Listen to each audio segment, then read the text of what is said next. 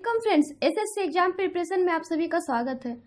इस वीडियो में हम आज 30 अप्रैल 2017 के सेकेंड शिफ्ट में हुए एसएससी एमटीएस 2017 एग्जाम्स के सारे क्वेश्चंस को विद सॉल्यूशन डिस्कस कर रहे हैं।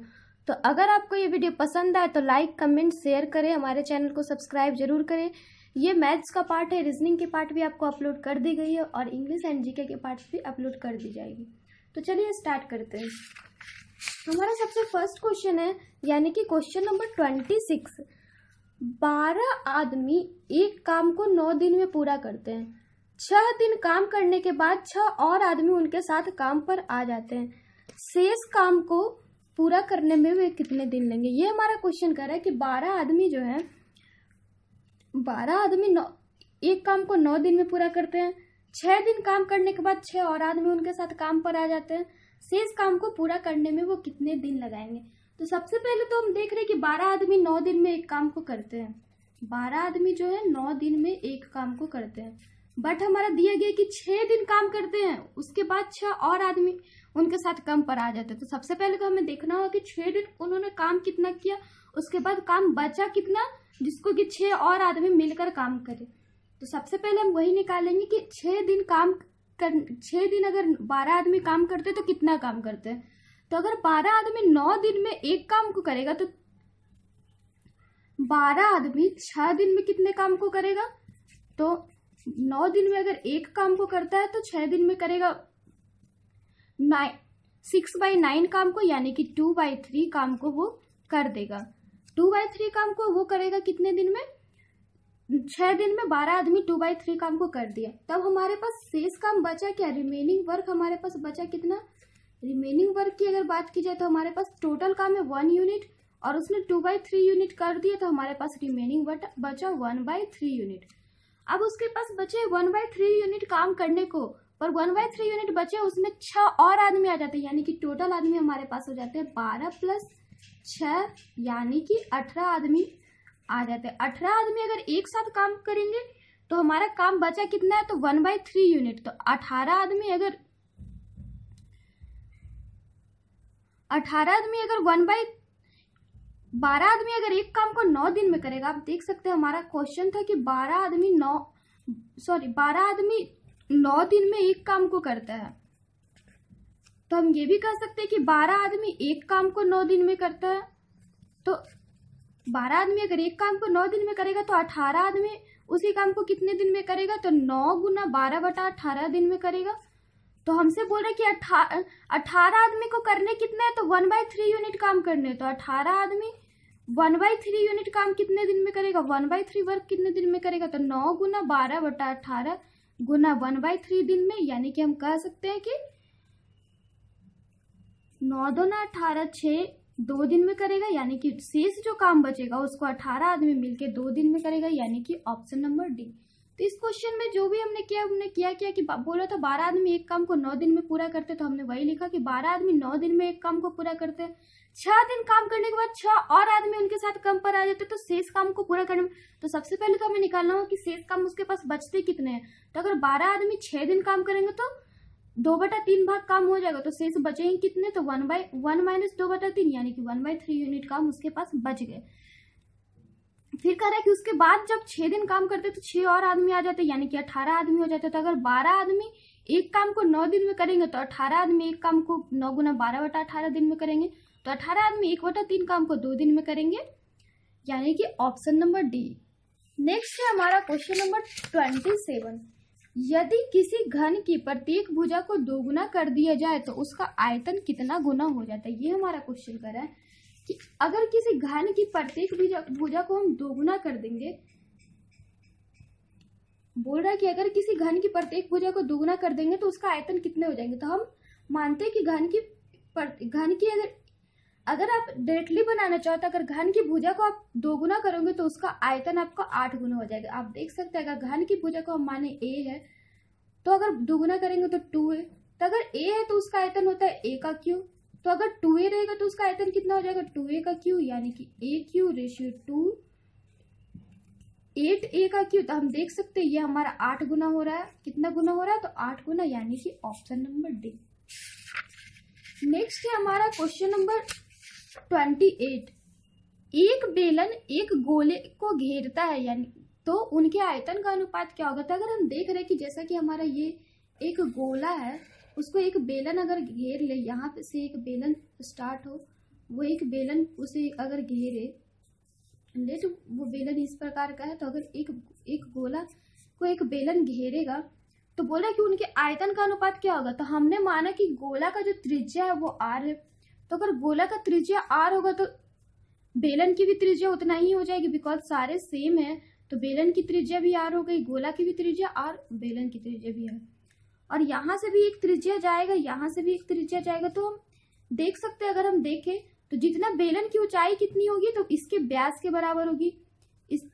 अगर त्रिज्या r है तो उसका व्यास कितना हो जाएगा 2r, यानी कि उसकी ऊंचाई 2r होगी।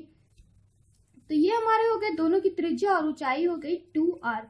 तो हमसे पूछ रहा है कि उनके आयतन का अनुपात क्या होगा। तो गोले की बेलन का अगर आयतन निकाले तो बेलन का आयतन होता है पाई r स्क्वायर h, तो पाई का पाई ही रह गया, r तो सेम ही रह जाएगा, तो r का स्क्वायर मल्टीप्लाई बाई h यानी कि 2r। इस तरह से ये हमारा हो गया 2r का क्यूब। और अगर गोले का आयतन की बात की जाए तो गोले का आयतन कितना हो गया 4/3 पाई r क्यूब। उसके बाद हमसे पूछ रहा है कि दोनों के आयतन का अनुपात, तो 2r क्यूब रेशियो है कितना, सॉरी 2 पाई r क्यूब रेशियो है किसके, तो 4/3 पाई r क्यूब के। तो पाई r क्यूब से पाई r क्यूब कैंसिल, 2 से 4 से, तो ये हमारा हो गया 3:2, यानी कि ऑप्शन नंबर ए। नेक्स्ट है हमारा क्वेश्चन नंबर 29। 3, 4, 5 को कम से कम एक बार प्रयोग करके निर्मित 5 अंकों की सबसे बड़ी संख्या क्या होगी। ये हमारा क्वेश्चन बोल रहा है कि 3, 4, 5 को कम से कम एक बार प्रयोग करना है, ज्यादा से ज्यादा हम कितना बार भी प्रयोग कर सकते हैं, तो सबसे बड़ी संख्या क्या होगी। तो हम भाई ऑप्शन अगर देखें तो ऑप्शन नंबर ए में है कि तीनों अंक एक बार यूज हुआ है, तो 5543। ऑप्शन नंबर बी में भी कम से कम तीनों अंक एक बार यूज हो गया। ऑप्शन नंबर 3 में भी, सी में भी एक बार यूज हो गया। ऑप्शन नंबर डी में नहीं हुआ, तो ऑप्शन नंबर डी तो ऐसे ही कैंसिल होगा। इन तीनों ऑप्शन में देखें तो ऑप्शन नंबर ए सबसे बड़ा है, यानी कि option number A is right answer. Next है हमारा क्वेश्चन नंबर 30। बच्चों की वह अधिकतम संख्या ज्ञात कीजिए जिनके बीच 917 गुड़ियां और 524 सेबों को समान रूप से वितरित किया जा सके। अगर अधिकतम की बात की जाए तो हम क्या करेंगे, उसका HCF निकालेंगे। तो 524 और 917 की अगर HCF निकलेगी तो वो कितनी हो जाएगी, तो 517 और 524 और 917 का HCF होगा हमारा 131, यानी कि ऑप्शन नंबर बी। बिकॉज हमसे बोल रहा है अधिकतम कितनी संख्या में बच्चों को बांट सकते हैं, तो हम इसके लिए क्या करेंगे, HCF निकालेंगे, यानी कि ऑप्शन नंबर बी। नेक्स्ट है हमारा क्वेश्चन नंबर 31। ए और बी मिलकर किसी काम को 10 दिन में कर सकते हैं, बी अकेले उसे 15 दिन में कर सकता है, तो ए अकेले उसे कितने दिन में कर सकता है। इस टाइप के क्वेश्चन हमने आपको टाइम एंड वर्क के सेट में बहुत ज्यादा ही रिवीजन करवाया, आप चाहे तो हमारे वो सेट्स भी देख सकते हैं। तो ये हमारा क्वेश्चन अगर है कि ए और बी अगर मिल जाते हैं तो किसी काम को 10 दिन में करते हैं, बी अकेले उस काम को 15 दिन में करता है, तो ए अकेले उसे कितने दिन में करेंगे। तो सबसे पहले हम इसमें क्या निकालेंगे, इसका LCM। तो ये हो गया 2, ये हो गया 1, ये 30 क्या हो जाता है हमारा टोटल वर्क, और 2 और 1 क्या हो गया 1 डे वर्क। तो अगर ए और बी मिलकर एक दिन में 2 यूनिट काम करते हैं और बी 1 यूनिट, तो ए अकेले एक दिन में कितना यूनिट काम करेगा, तो ए अकेले एक दिन में 2 - 1 यूनिट काम करेगा, तो 1 यूनिट काम करेगा। तो कितने दिन में कर सकता है, तो अगर एक दिन में 1 यूनिट काम करता है, टोटल वर्क है 30, तो यानी कि वो कितने दिन में करेगा, तो 30 days, option number A. Next है हमारा क्वेश्चन नंबर 32। 20 लीटर के मिश्रण में 5 के अनुपात में दूध और पानी है। यदि इस मिश्रण में 4 लीटर निकालकर 4 लीटर दूध मिलाया जाता है, तो इस नए मिश्रण में दूध और पानी का अनुपात क्या होगा। हमारा क्वेश्चन बोल रहा है, इस क्वेश्चन को हमने आपको मिक्सचर एंड एलिगेशन के पार्ट्स में भी हम आपको बता चुके हैं। आप चाहे तो हमारे वो पार्ट्स भी देख सकते हो, उस पार्ट्स में हमने आपको थोड़ा शॉर्ट बताया है। तो इस पार्ट्स में अगर देखा जाए तो हमारा कह रहा है कि 20 लीटर का मिश्रण है, 5:3 के रेशियो में है, मिल्क एंड वाटर है 5:3 के मिश्रण में। यदि इस मिश्रण में से 4 लीटर निकालकर 4 लीटर दूध मिला दिया जाए, तो इस नए मिश्रण में दूध और पानी का अनुपात क्या होगा। तो सबसे पहले हम निकालेंगे कि इस मिश्रण में दूध कितने और पानी कितने हैं। तो दूध की बात की जाए तो अगर 20 बिकॉज टोटल बिस्लरी 20 लीटर, यहाँ पे टोटल है 8, तो 20 डिवाइडेड बाई 8 मल्टीप्लाई बाई 5, ये हमारा हो गया milk. 20 divided by 8 multiply by 3 water, ये हमारा मिल्क एंड वाटर आ गया। उसके बाद बोल रहा है कि मिश्रण में से 4 लीटर निकाल देते, तो अगर 4 लीटर निकालेंगे तो उसमें कितना मिल्क एंड कितना वाटर होगा, तो 4/8 गुना 5 हमारा मिल्क हो जाएगा, और वाटर कितने हो जाएंगे, तो 4/8 गुना 3 हमारा वाटर हो जाएगा। आप देख सकते हैं अगर हम बोल रहे कि 4 लीटर निकाल लेते तो हम लेट करते कि हमारा मिश्रण 4 लीटर है, तो 4 लीटर में कितने मिल्क होंगे, तो टोटल है हमारा 8, तो 4 divided by 8 Guna 5, 4 divided by 8 गुना 3, ये हमारा मिल्क एंड वाटर हो गया। इतना निकाला जाता है। ये हम देख सकते हैं, ये हमारा हो गया 5, ये 2, ये भी 5, ये भी 2, तो हमारे पास बचता है 25/2 एंड ये 15/2। और यहाँ पे हम देख रहे हैं हमारे पास हम निकाले कितना, तो 5/2 मिल्क निकाल लिए, 3/2 लीटर वाटर निकाल लिया, टोटल हमारे पास मिल्क 25/2 लीटर। तो अगर इसमें से हम 5/2 निकाल लिए और वाटर में से 3/2 निकाल लिए, तो हमारे पास बचा कितना, तो 10 litre and 6 litre, 10 litre and 6 litre बच गया। उसके बाद कह रहा है कि 4 लीटर दूध मिला दिया जाता है, तो 4 लीटर दूध मिलाया जाता है, तो दूध अगर 10 लीटर है तो 4 लीटर मिलाएंगे तो कितने लीटर हो जाएंगे, तो 14 लीटर, और वाटर सेम ही रह जाएंगे, यानी हमारा रेशियो आ गया तो 14:6। इसको हमको बोल सकते हैं 7:3, यानी कि ऑप्शन नंबर ए। नेक्स्ट है हमारा क्वेश्चन नंबर 33। 125 रुपए अंकित मूल्य की एक कमीज 100 रुपए में बेची गई, अंकित मूल्य पर छूट की दर कितनी है। ये हमारा क्वेश्चन बोल रहा है कि एक कमीज की अंकित मूल्य 125 रुपए है। 125 रुपए एक कमीज की अंकित मूल्य है, 125 रुपए मार्केट प्राइस है, और 100 रुपए में बेच देते हैं, तो अंकित मूल्य पर छूट की दर कितनी है। तो अगर 125 रुपए की वस्तु को 100 रुपए में बेचे तो हमने छूट कितना दिया, तो 25 रुपए। 25 रुपए, तो हमारा छूट का दर कितना हो गया, तो 25/125 गुना 100, यानी कि 20%, option number D, option number D. Next है हमारा क्वेश्चन नंबर 34। एक आदमी 20% की छूट दिए जाने पर एक घड़ी की खरीद पर 15 रुपए बचाता है, उसने घड़ी के लिए कितने रुपए चुकाए। ये हमारा क्वेश्चन करे कि एक आदमी अगर 20% की छूट दिया जाता है उसको, तो वो घड़ी की खरीद पर 15 रुपए बचा लेता है, तो उसने घड़ी के लिए कितने रुपए चुकाए।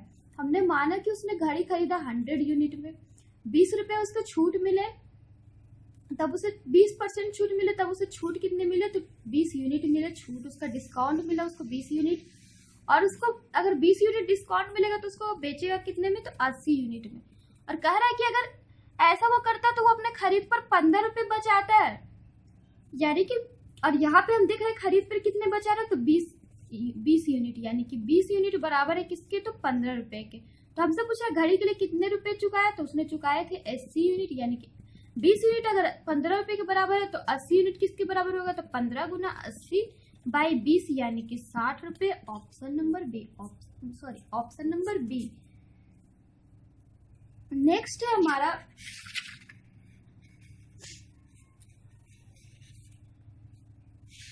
हमारा क्वेश्चन नंबर 35। एक व्यवसायी 2 छूट श्रृंखलाएं अर्थात 40% की एकल छूट या 15%, 10% और 15% की 3 क्रमिक छूट देता है। यदि कोई आदमी 2500 रुपए की लागत का कोई सामान खरीदना चाहता है, तो इन 2 छूटों के बीच वह अंतर क्या होगा जो वह सोच सकता है पूर्ण संख्याओं में। ये हमारा क्वेश्चन बोल रहा है कि एक व्यवसायी 2 छूट श्रृंखलाएं लगाता है। सबसे पहले में वो 40% की एकल छूट देता है, सेकेंड में वो 15%, 10% और 15% की क्रमिक छूट देता है। तो कोई आदमी अगर 2500 रुपए लागत का कोई सामान खरीदना चाहता है, तो इन 2 छूट के बीच वह अंतर क्या होगा। तो अगर हम 2500 रुपए की सामान है, उस पर अगर वो 40% का छूट पे खरीदेगा तो कितने में खरीदेगा, तो 2500 गुना 160 गुना 60/100, यानी कि 1500 रुपए में उसे खरीदेगा। नेक्स्ट है हमारा कि कह रहा है कि सेकेंड हमारा जो छूट लगाता है 15%, 10% और 15% का लगाता है। तो अगर ऐसा करेगा तो कितने का लगाएगा, तो 2500 गुना सबसे पहले 15% का यानी 85/100, फिर 10% का यानी 90/100, फिर 15% का यानी कि 15/100। अगर इस तरह से हमारा करे तो इसका टोटली छूट आएगा 1625.66, और हमसे बोल रहा पूर्ण संख्या में निकालने के लिए, यानी कि हम इसे कर सकते हैं 1626 रुपए में। तो हमसे पूछ रहा है कि इनका अंतर क्या होगा, तो अंतर कितना हो जाएगा, तो 1626 माइनस 1500 रुपए यानी कि 126 रुपए, ऑप्शन नंबर डी। नेक्स्ट है हमारा क्वेश्चन नंबर 36। दो संख्याएं 2:5 के अनुपात में है। जब प्रत्येक में से 7 घटा दिया जाता है तो अनुपात 1:6 हो जाता है। तो प्रारंभिक संख्याएं क्या है, ये हमारा क्वेश्चन बोला कि दो संख्या है 1 और 2, ये अनुपात में कितने में है, तो 2:5 में। बोल रहा है कि प्रत्येक में से 7 घटा देते तो हमारा अनुपात हो जाता है नया वाला 1:6। तो प्रारंभिक संख्या क्या है, तो इसे हम कैसे सॉल्व करेंगे, तो हमारा बोल रहा है कि 7 घटाते हैं तब अनुपात 1:6 होता है, बट यहाँ पे हम देख रहे हैं 1 घटाते हैं तो यानी कि 1 यूनिट बराबर 7 हो जाएगा। 1 यूनिट बराबर 7, अगर 1 यूनिट बराबर 7 होगा तो हमसे पूछा है प्रारंभिक संख्याएं कितने हैं, तो 2 यूनिट बराबर कितना हो जाएगा, तो 2 यूनिट बराबर 14। इसे हम बनाए थे, इसको दूसरे तरीके से भी बना सकते हैं। वो तरीका क्या है कि हम इसे मान लेंगे कि पहली संख्या 2x है, दूसरी संख्या 5x है। तो अगर 2x में से 7 घटाए, बोल रहा दोनों में से 7 घटाते हैं, तो 2x में से 7 घटाया और 5x में से भी 7 घटाया, तब इसका अनुपात हो रहा है 1:6। तो हम इसे आसानी से इसे सॉल्व कर सकते हैं। 6 दूना 12x minus 42 equal to 5x minus 7 यानी कि 7x इक्वल टू 35 यानी कि x इक्वल टू 5। हमारा आ गया x इक्वल टू 5। तो x इक्वल टू 5, तो सबसे पहला संख्या हमने माना था 2x, तो पहला संख्या क्या हो गया 2 × 5 यानी कि 10। दूसरी संख्या माना है 5x, तो 5 × 5 यानी कि 25। तो हमारा आंसर हो गया 10 और 25 यानी कि ऑप्शन नंबर डी। तो आज के लिए बस इतना ही। और भी इसी डेट के क्वेश्चंस के लिए आप हमारे चैनल के साथ बने रहिए। हमारे चैनल को सब्सक्राइब करिए ताकि हम जो भी अपडेट्स अपलोड करें उसके आपको अपडेट्स मिलते रहे। Then bye and take care.